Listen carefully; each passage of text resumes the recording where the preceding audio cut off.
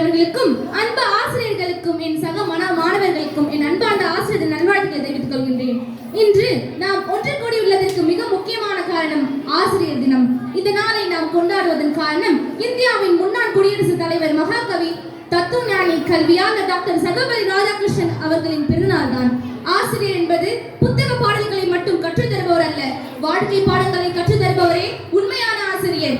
அகர முதல எழுத்தெல்லாம் ஆதி பகவன் முகற்றே உலகு என்று எழுத்தின் துவக்கமே எவ்வளவு முக்கியமோ அதே போல கல்வியின் துவக்கம் ஆசிரியர் கைகளில் தான்.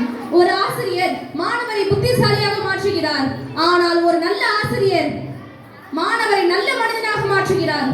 குழந்தையின் உள்ளத்தில் மறைந்திருக்கும் வைரத்தை மேய்ந்து வெளிக்கொண்டுபவர்.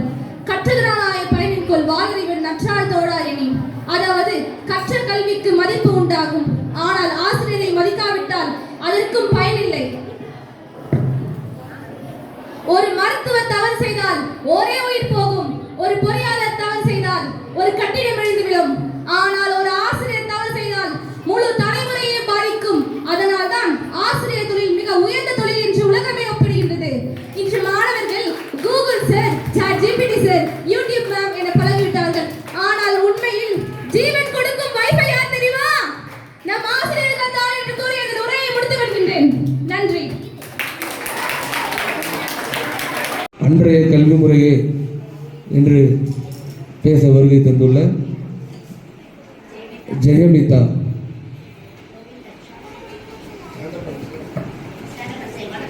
வணக்கம். நோமித் ஆதித்யா, வணக்கம். ஆயிஷா சித்திக், வணக்கம். நீதிகா, வணக்கம். முகமது, வணக்கம். ஜெயபோன், வணக்கம். நன்றி. கல்வி முறையை ஜெயபவந்திகா அவர்கள் மிதா ஜெயமிதா. ஆலமரம் போல் வீட்டிருக்கும் என் பள்ளி தாளாளர் அவர்களுக்கும் நடுவர் அவர்களுக்கும் ஆசிரியருக்கும் என் சக மாணவ மாணவியருக்கும் என் வணக்கம். பெற்றோர்களின் கால கல்வி முறையே சிறந்தது என தலைப்பில் பேச வந்துள்ளேன். அப்போது கல்விக்கு ஒழுக்கம் கட்டுப்பாடு இருந்தது.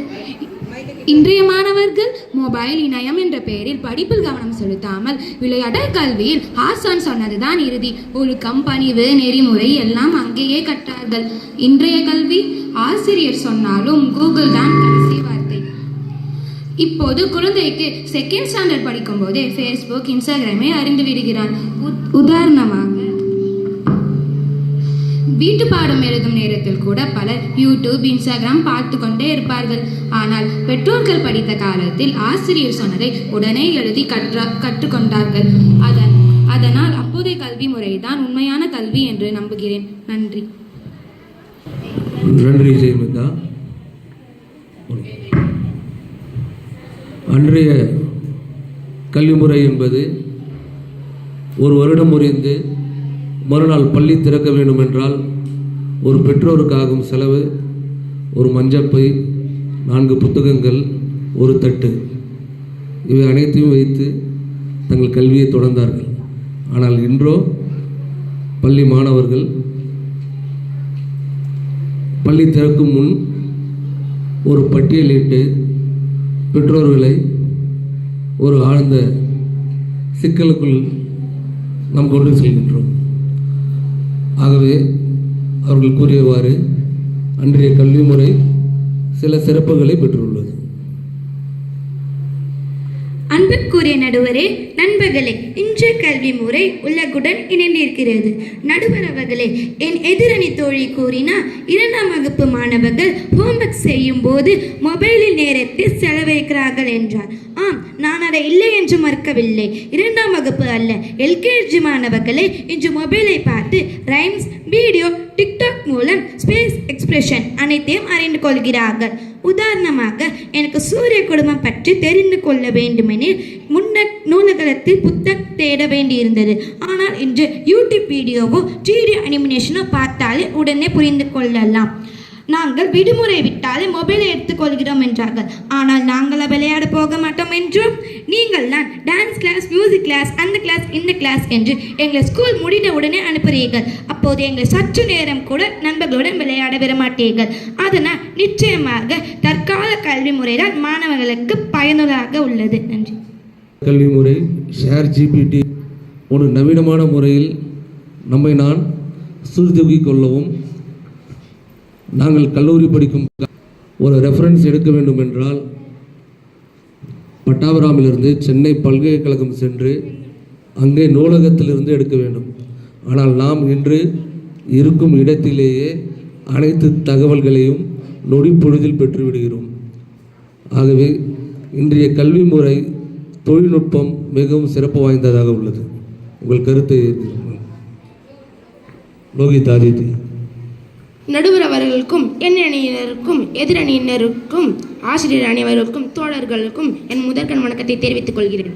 நம் எதிரணியினர் யூடியூபில் ஹோம்ஒர்க், இன்ஸ்டாகிராமில் செயல்பாடு என அனைத்து துறைகளிலும் கணினியும் இணையத்தையும் பயன்படுத்தும் போது எவ்வாறு அறிவு வளரும்? வீட்டு பாடத்தை எழுத கணினியை பயன்படுத்தும் போது எதிரணியினர் தேர்வில் எதை பார்த்து எழுதுவர்? பக்கத்தில் பார்த்தால்தான் காப்பி அடிப்பாரா என்று தெரியவில்லை.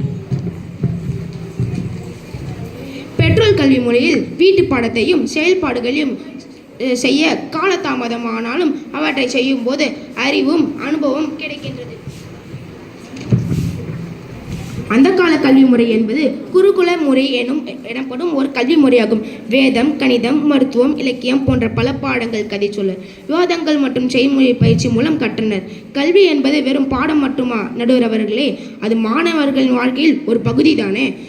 சங்க காலங்களில் பெண்களுக்கு இலக்கியம், இசை, நாடகம் போன்ற துறைகளில் நல்ல பயிற்சி பெற்றனர். பண்டைய காலத்து கல்வி முறை ஆசிரியர் மைய கல்வி மற்றும் நடைமுறை அறிவுக்கு அதிக முக்கியத்துவம். எனவே அக்கால கல்வி முறையே சிறந்தது என்று தீர்ப்பளிக்குமாறு நடுவர் அவர்களை அன்புடன் வேண்டிக் கொண்டு என் உரையை முடிக்கின்றேன். நன்றி. அருமை லோகித் ஆதித்யா. நாம் குருகுல கல்வி, அரசர்கள் தங்களுடைய இளவரசர்களை குருகுலத்திற்கு அனுப்பி அங்கே கல்வி முறை வேத பாடங்களை கற்றுத் தேர்ந்தனர். அம்முறை ஆசிரியர்கள் அவர்கள் அங்கேயே தங்கி, அந்த மாணவர்கள் தங்கி 14 வருடங்கள் பயிற்சி எடுத்து வில்வித்தை போன்ற பல பயிற்சிகளை பெற்று பின் சிறந்த அரசனாக திகழ்ந்தனர். இது வேதகால கல்வி முறை. பின்பு முற்காலத்தில் 90களில் வீட்டு பாடம் நாம் செய்ய வேண்டும் என்றால் பல தரவுகளை நாம் தேடி அதன் தகவலை சேகரித்து பின்பு நம் வீட்டு பாடம் செய்ய வேண்டிய நிலை இருந்தது. ஆனால் இன்றோ எளிமையான முறையில் கூகுள் மூலியமாக நாம் பெற்றுக்கொள்கிறோம். ஆகவே அக்கால கல்வி முறை கல்வியின் சீர்மையை சீர்தூக்கி வைப்பதில் சிறப்பாக இருந்ததாக லோகித் ஆதித்யாவின் கருத்து விளங்குகிறது. முகமது. நடுவர் அவர்களுக்கும் என் அணி அவர்களுக்கும் என் எதிரணி அவர்களுக்கும் என் வாழ்த்தை தெரிவித்து நான் என் உரையை தொடங்குகின்றேன். தற்கால கல்வி முறை குழந்தைகளின் திறன்களை வெளிப்படுத்தும் வகையில் அமைந்துள்ளது. பெற்றோர் கல்வி முறையில் மனப்பாடம் மட்டுமே முக்கியமாக இருந்தது. இப்போது திறனறிவு, அதாவது ஸ்கில் பேஸ்டு லேர்னிங், திட்டப்பணி, குரூப் ஆக்டிவிட்டீஸ், ஆராய்ச்சி வேலைகள் என பல புதிய வாய்ப்புகள் கிடைக்கின்றன. உதாரணமாக நான் சுற்றுச்சூழல் பாதுகாப்பு பற்றி கற்றுக்கொள்வது புத்தகத்தில் மட்டும் இல்லாமல் மரம் நடுதல் செயல் திட்டத்தின் மூலம் அனுபவத்துடன் நான் கற்றுக்கொள்கிறேன். இப்படி கற்றுக்கொள்வது தற்கால கல்வியின் சிறப்பு. இன்றைய கல்வி தொழில்நுட்ப வளர்ச்சி, உலகளாவிய சவால்களை எதிர்கொள்ளுதல், டிஜிட்டல் கல்வி அறிவு, நிலையான வளர்ச்சி போன்ற பல அம்சங்களுடன் முன்னேறி வருகிறது. இந்தியாவின் கல்வி முறை விரிவானது. பள்ளிகள் மற்றும் கல்லூரிகளின் எண்ணிக்கையும் மாணவர்கள் சேர்க்கையும் உயர்ந்துள்ளது. கல்வி என்பது அறிவு மற்றும் திறன்களை வளர்ப்பதோடு மட்டுமில்லாமல் ஒரு முழுமையான மனிதனை உருவாக்குகிறது. மேலும் உலகளாவிய சவால்களுக்கு புதுமையான தீர்வுகளை கண்டறிய உதவுவது இன்றைய கல்வி முறை என்று கூறுவதில் நான் பெருமை அடைகின்றேன். நன்றி, வணக்கம். நன்றி முகமது. இன்றைய கல்வி முறையின் சிறப்பாக திறனை வளர்த்து கொள்ள இன்றைய கல்வி முறை சிறப்பாக பயன்படுகிறது என்று முகமது தெரிவிக்கிறேன். நன்றி. எதிரணி அவர்கள் இன்றைய கல்விதான் சிறப்பு என்று எவ்வளவோ கூறினாலும் மனிதாபிமான குறைவு உள்ள கல்வி ஏன் நம் வாழ்வில் வேண்டும்? மாணவர்கள் மதிப்பெண்களுக்காக படிக்கிறார்கள். இதனால் மனிதாபிமானம் குறைந்து வருகிறது. போட்டி மனப்பான்மை. இக்காலத்தில் கல்வி என்பது ஒரு போட்டி. மாணவர்கள் மதிப்பெண் எடுக்க வேண்டும், வேலைக்கு போக வேண்டும் என்று எண்ணுகிறார்கள். மதிப்பிற்குரிய நடுவர் அவர்களுக்கும் எதிரணியில் அமர்ந்திருக்கும் என் தோழிகளுக்கும் பெருமக்களுக்கும் எனது வாழ்த்துக்களை தெரிவித்துக் கொள்கின்றேன். அக்கால கல்வி முறை என்பது வெறும் ஏட்டு சுரக்காய் அல்ல, அது வாழ்க்கை கல்வி. ஒரு காலத்தில் மாணவன் கல்வி கற்க வீட்டிலிருந்து புறப்பட்டு குருகுலத்திற்கு செல்வான். அங்கே குருவுடன் தங்கி பணிவிடைகள் செய்து கல்வியை கற்றுக்கொண்டான். அதுதான் உண்மையான கல்வி. நடுவர் அவர்களே, அக்கால கல்வி முறையானது மாணவர்களின் தனித்திறன்களை வளர்ப்பதற்கு உதவியது. ஆனால் இக்கால கல்வியோ இன்ஸ்டாகிராமில் எவ்வாறு ரீல்ஸ் பார்ப்பது என்பதையும் யூடியூபில் எவ்வாறு ஷார்ட்ஸ் பார்ப்பது என்பதும் தான் வளர்க்கிறது. அன்றைய கல்வி முறையை பற்றி பேசும்போது நமக்கு ஞாபகம் வருவது குருகுலம் வாசம். அங்கு மாணவர்கள் குருவிடம் வீட்டில் தங்கி படிப்பது மட்டுமல்லாமல் வாழ்க்கையை கற்றுக்கொண்டார்கள். ஒருத்தன் படிக்கும் போது, குருவே இங்க ஏன் எதுக்கு கத்துக்க போறோம், என்ன கத்துக்க போறோன்னு கேட்டான். அதுக்கு குரு, நீ முதல்ல இங்க சமைக்கிறதுக்கு விறகு கட்டையும் தண்ணி எடுத்துட்டு தோட்டத்துக்கு போய் காய்கறி பறிச்சுட்டு வான்னு சொன்னாரு. இப்படி வெறும் படிப்பை மட்டும் கத்துக் கொடுக்காம வாழ்க்கையை எப்படி வாழணும்னு கத்துக் கொடுக்கறாங்க. இப்போ பசங்க யூடியூப்ல 1 மணி நேரத்துல எப்படி கோடீஸ்வரன் தான் தேடிட்டு இருக்காங்க. அன்றைய கல்வி முறை பாட புத்தகத்தை கடந்து வாழ்க்கை திறன்களையும் ஒடுக்கத்தையும் கற்றுக் கொடுத்தது. அதனால்தான் அன்றைய காலத்தில் மாணவர்களுக்கு தன்னம்பிக்கை அதிகமாக இருந்தது. ஆனால் இன்றோ தன்னம்பிக்கை என்ற வார்த்தைக்கு அளவே இல்லாமல் போகிவிட்டது. கல்வி என்பது வேலைக்காக மட்டுமல்ல, மனிதனாக்கும் ஒரு கருவி என்பதற்கு அக்கால கல்வியே சிறந்த சான்று. அக்காலத்தில் பள்ளி கட்டணமே இல்லை. மாணவர்கள் இலவசமாக கல்வி கற்றனர்கள். அதனால்தான் கற்றோருக்கு சென்ற இடமெல்லாம் சிறப்பு என்று பழமொழி வந்தது. ஆனால் இன்றோ ஒரு பள்ளிக்கு சேரும் போது கற்பவருக்கு சென்ற இடமெல்லாம் கட்டணம் என்று சொல்ல வேண்டிய நிலையாகிவிட்டது. அக்காலத்தில் மாணவன் அதிகாலையில் எழுந்து குளித்து சுத்தமாக சென்று பாடம் கற்றான். ஆனால் இன்றோ பள்ளிக்கூடம் விட்டதோ மொபைல்ல இன்ஸ்டாகிராம் ரீல்ஸ், யூடியூப்ல ஷார்ட்ஸ், ஃப்ரீ ஃபயர், பப்ஜின்னு விளையாட தொடங்கி கழுத்து முதல் முதுகு முதல் கால் வலி வரை பல்வேறு உடல் உபாதைகளை பெறுகிறார்கள். இதனால் கல்விக்கு மருத்துவ செலவும் சேர நிலை வந்துள்ளது. அக்காலத்துல மாணவர்களுக்கு தண்டனை என்றால் மரக்கிளையை தூக்கிட்டு ஓடுறா. ஆனால் இன்றோ தண்டனை என்றால் வைஃபை கட் பண்ணி விடுறா. குயில் பாட்டையும் பாப்பா பாட்டையும் கூறி உணவிலேயே கல்வியை ஊட்டிய தாய்மார்கள் இன்று கைபேசியையும் கணினியையும் பயன்படுத்தி உணவு ஊட்டுகின்றனர். இதனால் அவர்கள் கண்ணுடன் உடல் உபாதைகள் பாதிக்கப்படுகின்றன. உணவு உண்டவுடன் ஓடி ஆடி விளையாடு குழந்தை இன்று ஒரே இடத்தில் அமர்ந்து விளையாடுவதால் மனநோயும் உடல் நோயும் ஏற்பட்டு மருத்துவமனை பலர் நாடுகிறார்கள். எதிரணியர் எவ்வளவுதான் நவீன கல்வி என்று கூறினாலும் முன்னோர் கற்ற கல்விதான் சிறந்தது என்றேன். முன்னோர் கல்வியை அன்றைய மாணவர்கள் தனக்கு தேவையற்றவை தானே சிந்தித்து தன்னுடைய சுய கருத்துக்களை எடுத்துரைத்தனர். ஆனால் இன்றோ சிந்திப்பதே இல்லை. எதற்கெடுத்தாலும் Google, YouTube, ChatGPT, Meta AI போன்றவற்றை தான் நாடுகிறார்கள். சிந்திக்கும் ஆற்றலை இழந்து விட்டார்கள் என்று கூறி என்ன கூறினாலும் எதிரணையில் அக்கால கல்விதான் சிறந்தது இன்றைய கல்வியுடன் என்று கூறி என் அன்பார்ந்த உரையை முடித்துக் கொள்கின்றேன். நன்றி. அருமையான பேச்சு. ஒரு பையன் வீட்டில் ஃபோன் பார்த்துட்டே இருந்திருக்கான். யூடியூபரோட குக்கிங் சேனல். உடனே அவங்க அம்மா வந்து கேட்டிருக்காங்க, என்னடா பார்க்குறேன்னு. பயாலஜி மிக்ஸ் ஆக்டிவிட்டி கொடுத்துருக்காங்கன்னு சொல்லியிருக்காங்க. ஸோ இப்போ மாணவனை பொய் பேசக்கூட இந்த நவீனங்கள் ஏற்படுத்துகிறது அப்படின்னு அவங்க கருத்தை தெரிவிச்சிருக்காங்க. நன்றி. அன்புடையோரே, வணக்கம் நடுவர் அவர்களே. இங்கு வந்திருக்கும் அனைவருக்கும் வணக்கம். குளித்து விட்டு சுத்தமாக சென்றார்களாமா. நாம் என்ன பல்லு விளக்காமல் குளிக்காமலா செல்கிறோம்? இன்றைய கல்வி முறை மாணவர்களை உலகளாவிய போட்டிக்கு தயாராக்குகிறது. ஆங்கிலம், கணினி, கோடிங், ரோபோட்டிக்ஸ், வெளிநாட்டு மொழிகள் இவை அனைத்தும் இப்போது பாடத்திட்டத்திலே இடம்பெற்றுள்ளது.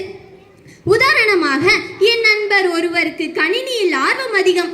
அவர் பள்ளியிலேயே கோடிங் கற்றுக்கொண்டு சிறிய வலைத்தளம் உருவாக்கி வருகிறார். இது அவரின் எதிர்கால வேலை வாய்ப்புக்கு பெரும் பலனளிக்கின்றதாமா. எனவே நிச்சயமாக இன்றைய கல்வி முறைதான் சிறந்தது என்று நான் வலியுறுத்துகிறேன். நவீன கல்வியில் ஏகப்பட்ட நன்மைகள் உண்டு. இதில் சமூக மாற்றம் இது வெறும் அறிவை மற்றும் வழங்காமல் மாணவர்களை ஒரு முழுமையான ஆற்றல் மிக்க மனிதராக மாற்றி சமூக நுட்ப மனிதராக மாற்றி அதுக்கப்புறமாக தகமையை ஏற்படுத்துகிறது. உலகளாவிய ரீச் மற்றும் போட்டி இன்றைய நவீன உலகில் மக்கள் உலகம் முழுவதும் போட்டியிடவும் வளரவும் நவீன கல்வி உதவுகிறது. சமூக மேம்பாட்டு தனிநபர்கள் சமூகங்கள் மற்றும் தேசங்கள் முன்னேற தேவையான வாழ்க்கை திறன்களையும் தலைவர்களை உருவாக்குவதில் நவீன கல்விக்கு தான் உண்டு. சுருக்கமாக நவீன கல்வி முறையானது தொழில்நுட்பம் புதுமை மற்றும் மாணவர்களை மையமாக கொண்டு கற்றல் ஆகியவற்றில் முழு தற்கால உலகில் தேவைகளுக்கு ஏற்ப மாணவர்களை தயார்படுத்துவதை நோக்கமாக கொண்டுள்ளது நவீன கல்வி. இதில் அக்கால கல்வி ஏகப்பட்ட பிரச்சனைகளும் இருக்கிறது. அதிக கட்டுப்பாடு, சுதந்திரம் குறைவு, பெண்களுக்கு கல்வி வாய்ப்பு மிகவும் குறைவு, சமூகத்தில் சமத்துவமின்மை நிலைத்து இருந்தது, பாடங்கள் குறைவானது, அறிவியல் தொழில்நுட்பம் எதுவும் இல்லை. ஆனால் இக்காலத்தில் எவ்வளவோ வளர்ந்திருக்கிறது. நடுவர் அவர்களே, இன்றைய காலகட்டத்தில் இணையம் இல்லாமல் வாழ்க்கை உண்டா? பள்ளிகள் மற்றும் பிற இடங்களில் நடைபெறும் அனைத்து போட்டிகளுக்கும் இணையத்தில்தான் பதிவு செய்கிறார்கள். அதனால் தான் உடனுக்குடன் போட்டிகளில் மாணவர்கள் பங்கேற்று தம் திறமையை வெளிப்படுத்துகிறார்கள். இணையம் இல்லை என்றால் எதுவும் இல்லை. தொழில் அல்ல, தவம். நம்பிக்கை கைவிட்டாலும் நீ கற்ற கல்வி என்றும் உன்னை கைவிடாது என்று கூறி நான் விடைபெறுகிறேன். நன்றி, வணக்கம். நன்றி கீர்த்திகா. இப்பொழுது தீர்ப்புக்கான நேரம். அன்றைய கல்வி முறையா இன்றைய கல்வி முறையா? முதலில் பங்கேற்ற அனைத்து பங்கேற்பாளர்களுக்கும் நமது மாணவர்கள் சார்பாகவும் ஆசிரியர்கள் சார்பாகவும் கைத்தடல்களை வழங்குவார் அன்புடன் கேட்டுக்கொள்கிறோம். சிறப்பான ஸ்பீச். அக்காலத்தில் சத்துணவை தமிழ்நாட்டில் கொண்டு வந்தவர் காமராஜர். உணவளித்து மாணவர்களுக்கு கல்வியை கொடுத்தனர். பின்பு வந்த முதலமைச்சர் எம்ஜிஆர் பல மாற்றங்களுடன் ஊட்டச்சத்தோடு உணவு அளித்தார். அப்பொழுதும் பள்ளிக்கு வரக்கூடிய மாணவர்களின் எண்ணிக்கையானது மிகையாக இல்லை. அக்காலத்தில் பெண் கல்வி என்பது மிகவும் கேள்விக்குறியாக இருந்தது. ஒரு கிராமத்தில் எடுத்துக்காட்டாக 1000 மாணவர்கள் இருக்கிறார்கள் என்றால் அதில் கல்வி கற்றவர்கள் எத்தனை சதவீதம், இடைநிற்றல் எத்தனை சதவீதம், கல்வி கற்காதவர்கள் எத்தனை சதவீதம் என்பதை கண்டறிவது மிகவும் கடினமாக இருந்தது. ஆனால் தற்போது கல்வி முறையில் ஒவ்வொரு வீட்டிற்கும் அரசே அலுவலர்களை அனுப்பி ஒவ்வொரு மாணவரையும் இப்பொழுது இருக்கக்கூடிய இந்த தகவல் தொழில்நுட்பத்தின் மூலமாக அவர்களின் தகவல்களை பதிவேற்றி அனைவருக்கும் கல்வி, சர்வ சிக்ஷா அபியான், இப்பொழுது சமக்ஷர சிக்ஷா அபியான் என்று சொல்லக்கூடிய அனைத்து வகையான திட்டங்களை சிங்கிள் போர்ட்டல் அப்படின்னு சொல்லக்கூடிய கணிப்பொறி வழியாக அனைத்து தகவல்களையும் பதிவேற்று விரைவில் அடுத்த 10 ஆண்டுகளில் நாம் பேப்பர்லெஸ் டாக்குமெண்ட்ஸ் என்று சொல்லக்கூடிய நம்மளுடைய படிப்பு சான்றிதழ்களை ஒரே ஒரு டேட்டா, ஒரு பின்கோடு மூலமாக, ஒரு ஸ்மார்ட் கார்டு மூலமாக நாம் அதை தகவல்களை தெளிவுபடுத்தி உலகத்தின் எம்மொழிக்கும் சென்று வரலாம். பால் என்பது மிகவும் சத்தானது, அதில் சிறிதளவு இனிப்பு தேவை. பால் என்பது இக்கால கல்வி முறை, அதில் ஒழுக்கம் என்ற அக்காலத்தின் கல்வி முறை சர்க்கரை போல் இருந்தால் வாழ்வில் அனைவரும் வெற்றி பெறலாம். நன்றி, வணக்கம்.